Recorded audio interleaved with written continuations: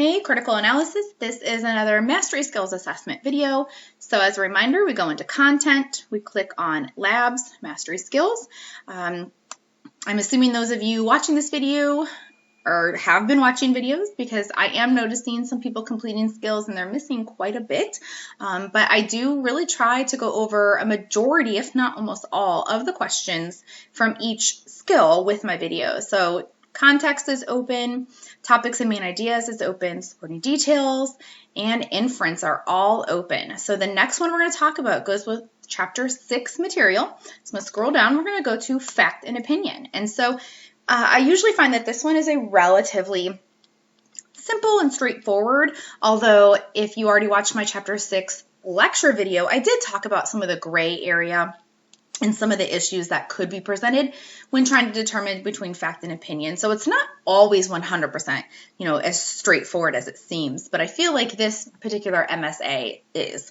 All right, so let's take a look. Question 1, which of the following is true about facts? So hopefully you know it has nothing to do with emotion, beliefs, or interpretations, but they are claims that can be proven true or false. Remember, facts can be proven true or false. If they're proven false, they're called false facts.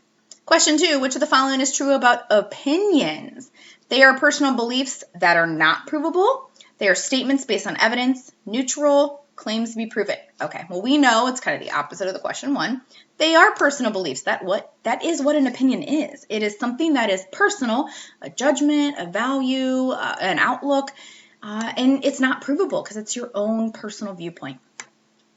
Identifying the author's purpose and tone. How does this relate, do you think, to fact and opinion? Well, hopefully as you're kind of looking at the options there, when you are trying to determine if something is a fact or opinion, knowing the author's purpose and tone, which is a concept that we will talk about in this course, and so we haven't got there yet, but just like previewing, thinking ahead, if you can tell that the author is persuasive or upset or just informative, you can determine if it's a fact or an opinion. Question 4, choose the statement that is an opinion. Police officers protect and serve the community dutifully. Police officers are hired to protect the community. They are almost identical in the meaning, but the word dutifully makes that an opinion because someone else may say, don't think so, because it's debatable, it's controversial, kind of throwing back to one of our vocabulary terms from chapter 6. All right, question 5, which of the following is not an example of opinion writing? A written news report, an editorial, a persuasive essay, or a work performance review? Well, 3 of those are absolutely opinion-based. Doesn't mean that facts can't be used, but it is someone's subjective opinion. A news report should not be opinion. An editorial might be in the newspaper, but it is someone's opinion, maybe based on current events. But a written news report should be unbiased. It should not have opinions. Question 6, choose the statement that is a fact. Trial by jury is a flawed but mostly equitable system. A component of the United States criminal justice system is trial by jury. Well, hopefully you could see that flawed and mostly equitable, those are opinion words. So that second option is our fact. Okay, question 7, choose the statement that is a fact. So no opinions. It is well known that the role of the district attorney is to prosecute individuals regardless of innocence or guilt. Red flag right away. The phrase "it is well known" allows you to know that maybe while the rest of it is factual, this right here turns it into at most like a mixed sentence, a little bit of fact, a little bit of opinion, because we can't assume that it's well known. In my view, okay, here we go, right away. In my view, that's setting up an opinion. So that is not a fact by itself. And then we'll almost always withhold evidence if it could prove. So again, that whole sentence really is opinion. A district attorney assists police departments in criminal investigations and prosecutes criminal charges. Okay, so nothing's kind of like red flagging right now. Some criminal justice insiders have said that district attorneys often take bribes for not prosecuting cases. Okay, unless we had some kind of evidence to support that, that sounds like someone's opinion. So that third option is our fact. Question 8, choose the statement that is a fact. So it's very similar.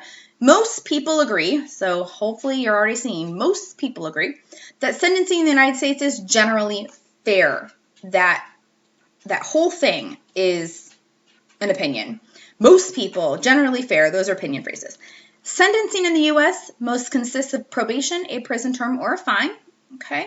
Sentencing is only fair if the defendant is allowed to have people testify about his or her character. In my view, okay, again, right there. So, right here, even though it uses the word mostly, it's not being used as an opinion word. It's being kind of, all-encompassing. It mostly consists of these things, even though there might be a couple other options. So that is the statement that is a fact. All right, and then questions 9 and 10 use the same two passages. Passage 1, an arrest in which a person is taken into custody limits the arrestee's freedom. Arrest is a serious step in the process of justice and involves a discretionary decision made by the police seeking to bring criminal sanctions to bear. Most arrests are made peacefully, but if a suspect tries to resist, a police officer may need to use force. Only about half of all people arrested are eventually convicted, and of those, only about a quarter are sentenced to a year or more in prison. Okay? Passage 2, an arrest is the worst thing that can happen to someone. Most of the time, people who are arrested are not guilty of any crime, but in the wrong place at the wrong time.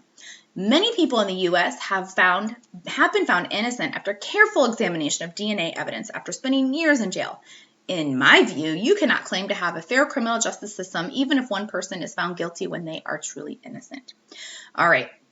How does the tone and purpose differ? Hopefully you could tell that this first passage is factually based, and this second one has more of like that emotional, opinion based. So if you look at your options about the difference between passage 1 and passage 2, we would say that passage 1 is informative and neutral, like they didn't give really any opinions. Passage 2 is persuasive and emotional. It's the worst thing that can happen. In my view, you cannot. Like those are all kind of persuasive emotional claims. All right, looking at the same thing, which passage is mostly made up of opinions? Well, we already addressed that. Passage 2. All right, make sure you hit save and submit, and that'll finish up that particular MSA. Remember, you need all 10 skills done with an 80% or higher average by the end of the semester. So hopefully you are really working your way through as we get to each skill so it's fresh in your mind. All right, see you next time.